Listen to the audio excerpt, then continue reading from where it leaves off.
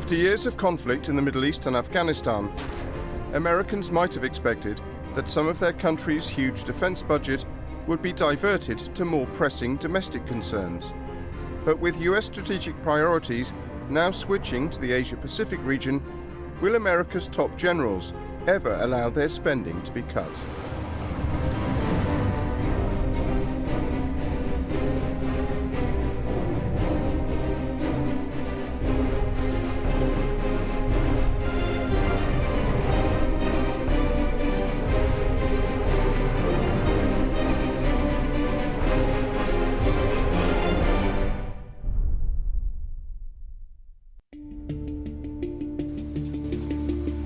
The United States spends almost as much on its military as the rest of the world combined.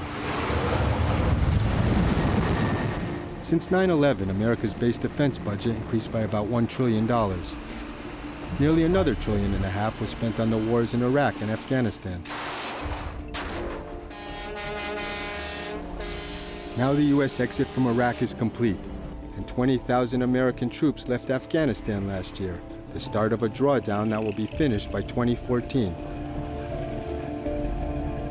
The stage is set for America to redirect public funds from the military to domestic needs, to reap the benefits of a so-called peace dividend. But will that happen? Will the political dynamics of defense spending in the U.S. permit it? In Washington, D.C., a battle has already begun to ward off cuts to the defense budget. Our soldiers, our young men and women, are the ones who will pay the price, potentially with their lives.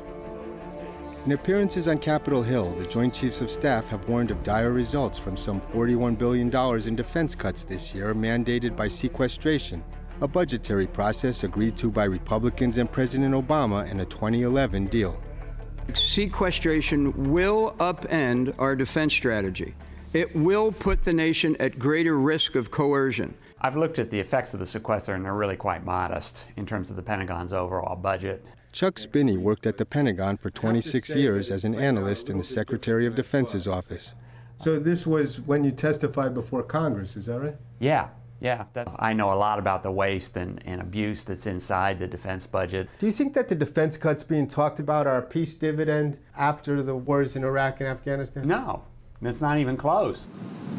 After sequestration, funding for the U.S. Department of Defense will still be above the Cold War average in real terms, and close to the highest level since World War II. We would be spending slightly less than the Vietnam peak. We'll be spending more than we spent when Eisenhower was president. And remember, those were the totals he complained about when he made his military-industrial complex speech. We have been compelled to create a permanent armaments industry of vast proportions. In his final speech as president in 1961, Dwight Eisenhower warned the country about the power of a military-industrial complex to shape national priorities. In the councils of government, we must guard against the acquisition of unwarranted influence, whether sought or unsought, by the military-industrial complex. Spinney says the workings of the military-industrial complex today make it difficult for the U.S. to secure a peace dividend. It's what in Washington we call an iron triangle. You have an alliance between the private sector, the defense contractors, the executive branch, in this case the Pentagon, and the legislative branch. All benefit from expensive procurement projects.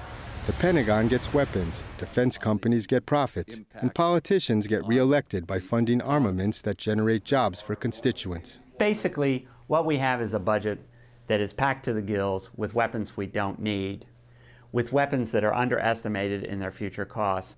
Is it common operating procedure for Pentagon officials and companies to lowball price and oversell performance in the early stages of a project? Yes.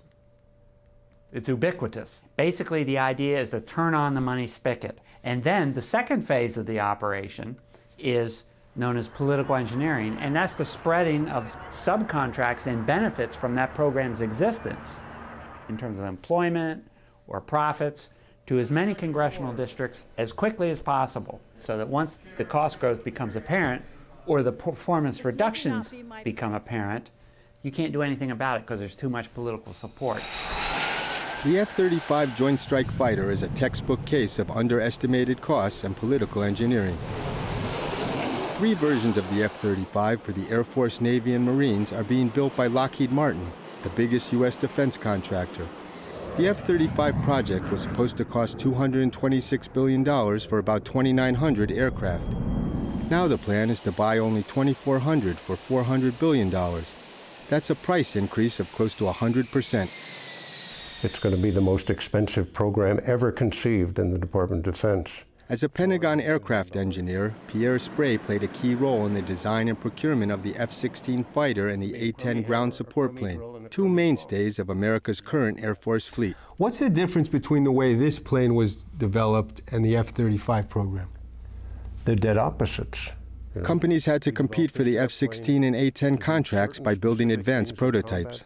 You actually had to fly the prototypes and they had to fight. And the outcome of that fight would determine who won. The F-35 had a totally fraudulent set of prototypes that in no way resembled the final airplane and that had no fly-off at all. In fact, they just simply tore up the plans for the prototypes and started all over again. The aircraft has been beset by a litany of engineering and performance problems. I see an airplane that's as fat as a pregnant goose, huge fuselage cross-section, all kinds of drag, a tiny wing that doesn't let you turn. So you have terrible range on this airplane, terrible payload, no maneuverability, and a thing that's a fire and an explosion waiting to happen. This is the most vulnerable fighter I think we've ever built. In addition to the hundreds of billions to produce the aircraft, it is estimated that more than $1 trillion will be needed to operate and maintain the F-35. If it's let loose and carried all the way to 2,400, there will be so little money left over for anything that's needed, it'll be unbelievable. They'll be cutting people, pilots, training, everything, just to pay for this thing. What do you think should be done with the F-35 program? Cancel it today. The later you let it run, the worse off the country is. But the F-35 has maintained support in Congress despite all its problems. Lockheed's political engineering strategy is evident on its website, which claims the program provides 127,000 jobs in 47 states and Puerto Rico. In addition to the 47 states in the United States, there are now 8 countries involved in its design and production, including Italy, Australia, the UK, and a few others. So that makes it difficult to make cuts. It makes it even more difficult to cut the program, because now you're creating an international incident of some kind. That's no accident. It was done deliberately. Lockheed expects record profits this year. Its CEO declined our request for an interview. But at a meeting of the Air Force Association in February, we caught up with Lockheed's F-35 spokesman, Mike Rain. We saw 2012 and into 2013 as a step of great progress for the program and certainly going in the right direction. The F-35 program is 7 years behind schedule and costs more than 70% more than planned. Why is that? The early test phases and the early production phases, they did have some issues. A lot of critics say that the companies and the Pentagon lowball it to get the commitment of Congress, and then the price goes up. Isn't that what Lockheed did here? I absolutely disagree with that statement. Many people who work at Lockheed Martin, such as myself, are 20-year veterans of the American military, okay? What do you say to people who are concerned that the cost of the F-35 program could squeeze out funds for readiness and other procurement projects? I have total confidence in the Secretary of Defense and on down in the leadership that they will make the right decisions for our military, that none of that will be sacrificed in order to bring the F-35 online. Lockheed is one of the major funders of the Air Force Association. Why? Because we believe in it.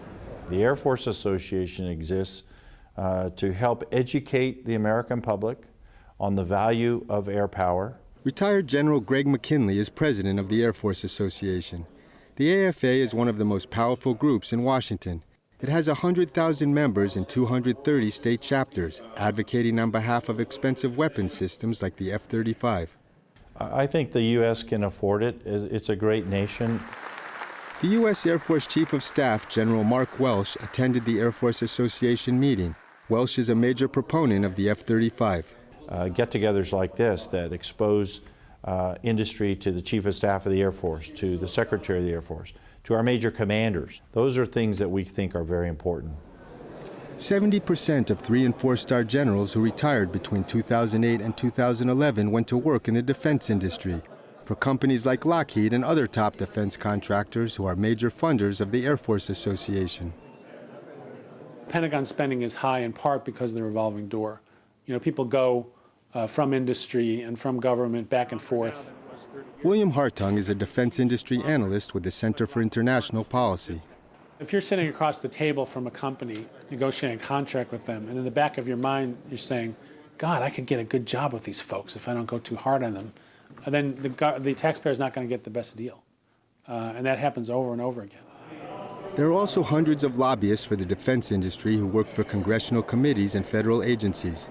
The past head of the Federal Aviation Administration, Marion Blakey, is president and CEO of the Aerospace Industries Association, a top defense industry trade group. Sequestration is terrible policy. It will result in a hollow force for our military, and it will force our economy back into recession. Blakey has been making the rounds for months, warning that 1 million jobs will be lost as a result of defense cuts. I've looked at their studies. It might be 300,000. And many of those 300,000 will get new jobs, because if you spend money in education, spend money on infrastructure, almost anything else you can use the money for can create 1.5 to 2 times as many jobs. So the economy would be much better off spending money on things other than the Pentagon. Blakey and the Aerospace Industries Association declined our request for an interview.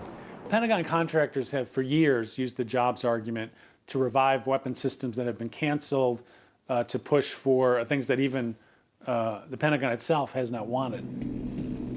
A prime example is the Abrams M1 tank. The U.S. Army hoped to save billions by shutting down M1 production at the Joint Systems Manufacturing Center in Lima, Ohio. But for example, in Lima, it would cost us $2.8 billion to keep that open. But Congress didn't go along with the plan.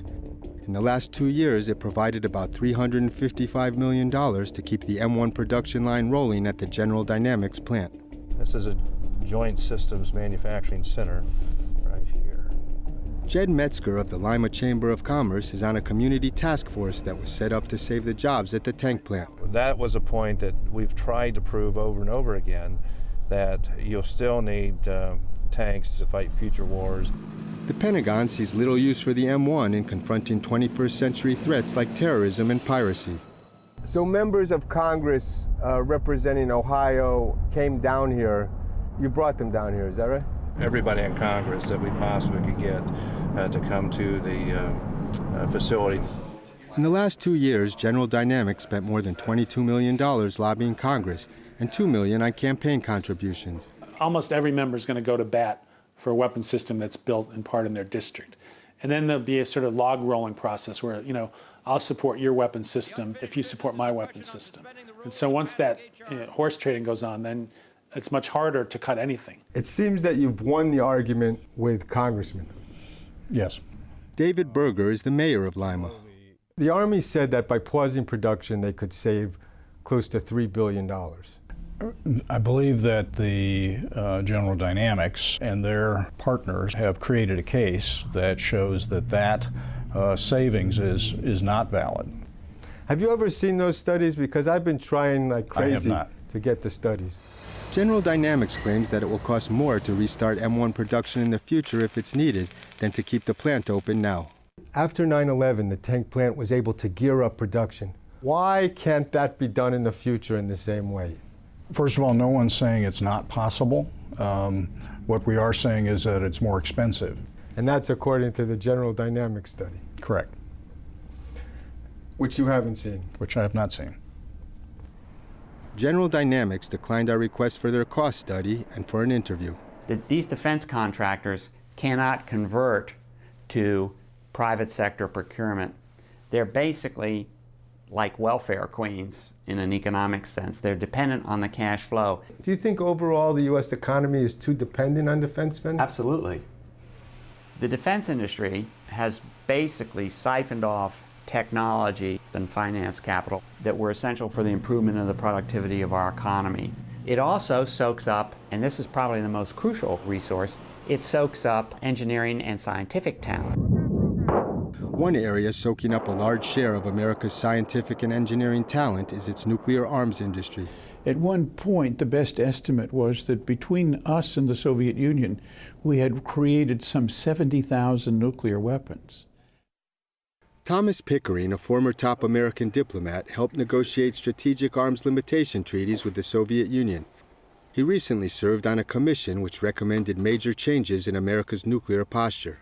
It results in savings that over a period of time can result in tens and even hundreds of billions of dollars.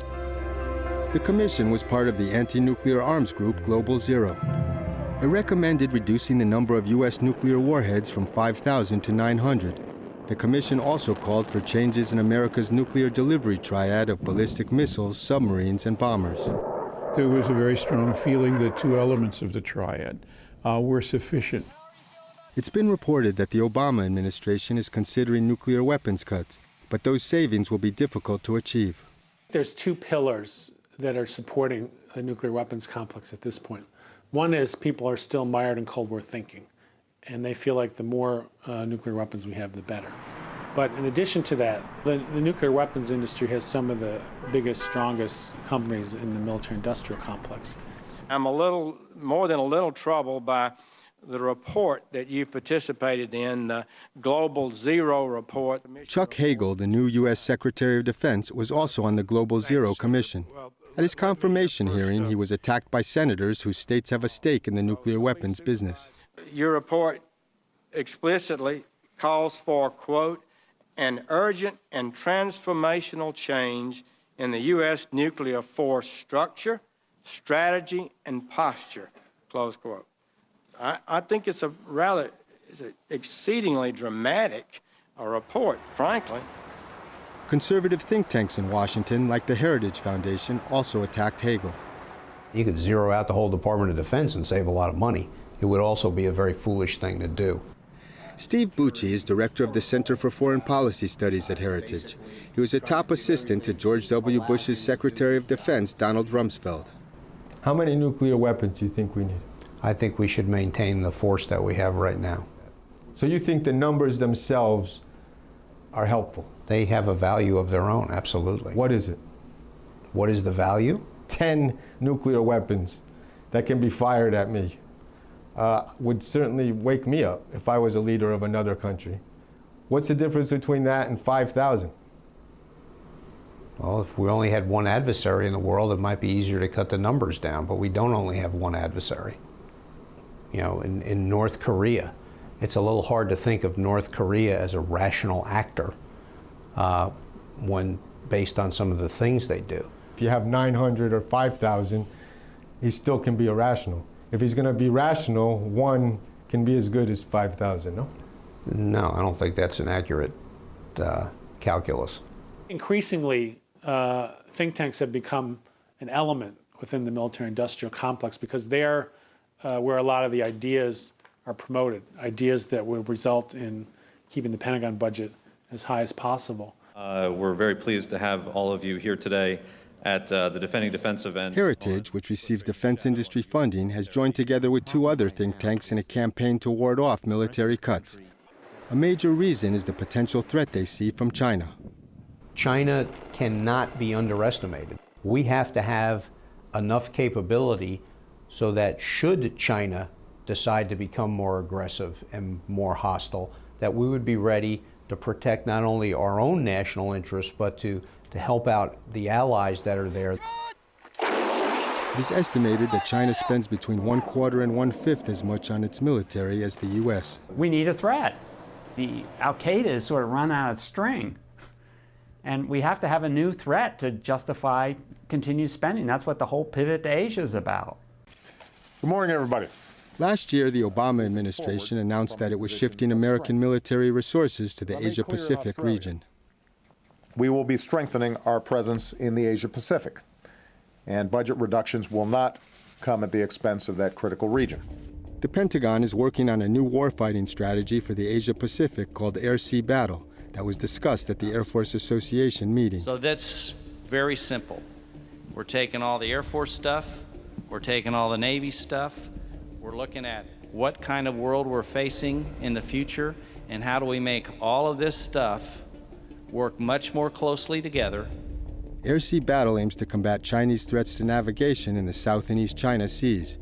In war games, these threats are referred to as anti-access area denial, or A2AD, capabilities.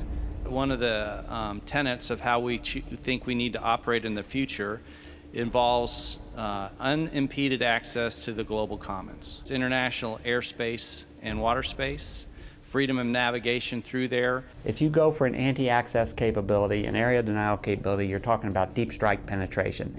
That means stealth, that means jammers, that means electronics, that means long-range missiles. It's nirvana. For the company. For the companies. And their allies in the Navy and the Air Force. So the Asia-Pacific pivot is a strategy well suited for the military-industrial congressional complex, because we're basically talking about high-tech weapons, high-cost weapons. To better understand the U.S. military's new strategy for Eastern Asia, we travel to the furthest American territory in the Western Pacific, close to sea lanes near China. U.S. military installations here on the island of Guam will play a key role in the American pivot to the Asia-Pacific region. Expensive new weapons like the F-35 fighter and attack submarines will be based on Guam. There are also plans to spend billions of dollars to move thousands of Marines here, the first step in what could be a major military buildup on the island. Cope North, a training exercise involving the U.S., Japanese, and Australian Air Forces, was taking place at Andersen Air Force Base while we were on the island. They were practicing air-sea battle tactics. The term that is used often is networked integrated attack capability. The stealth aircraft finds a target, the submarine that's stealthy shoots the weapon, and the stealth airplane guides the weapon to the target.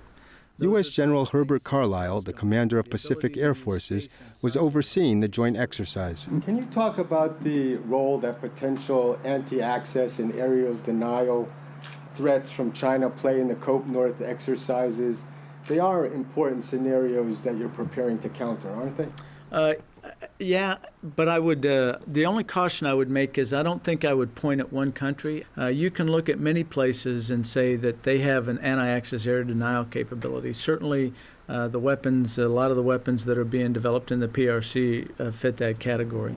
The PRC, the People's Republic of China, regards the Asia-Pacific pivot as a strategy challenging their global rise. What message do you think an exercise like this sends to China?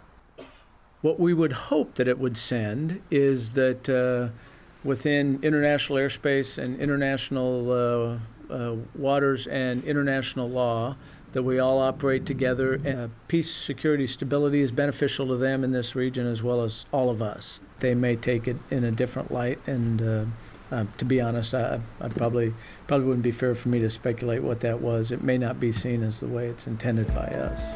So. We have to do a very careful evaluation of China, the threat, what it is, what it really consists of, not what the imagination would be. Let's not exaggerate it. Once again, one sees ourselves on the brink of another arms race, which led to 70,000 nuclear weapons on the side. I think the arms race is already going on because China is aggressively trying to grow its capability. At this point, the United States is basically trying to maintain its capability. Why is it so hard in the United States to get a peace dividend? Because it's generally a false concept. We have global responsibilities, we have global obligations, and that's not going to go away. I think we can get a peace dividend if people stand up and demand it. The way things are tending now, we'll probably have a smaller build-down than we had after Vietnam, after the Cold War, after Korea. We're going to pivot to China and increase the defense budget. Right now, there is no existential threat to the United States. We can basically sit back, keep our powder dry, and fix other problems. Because we have economic troubles now, we need to reduce the defense spending that is so much a part of the distorting effects that have created these economic problems. Job one is to make ourselves adaptable to uncertainty as we move into the future, and you do that by being economically strong.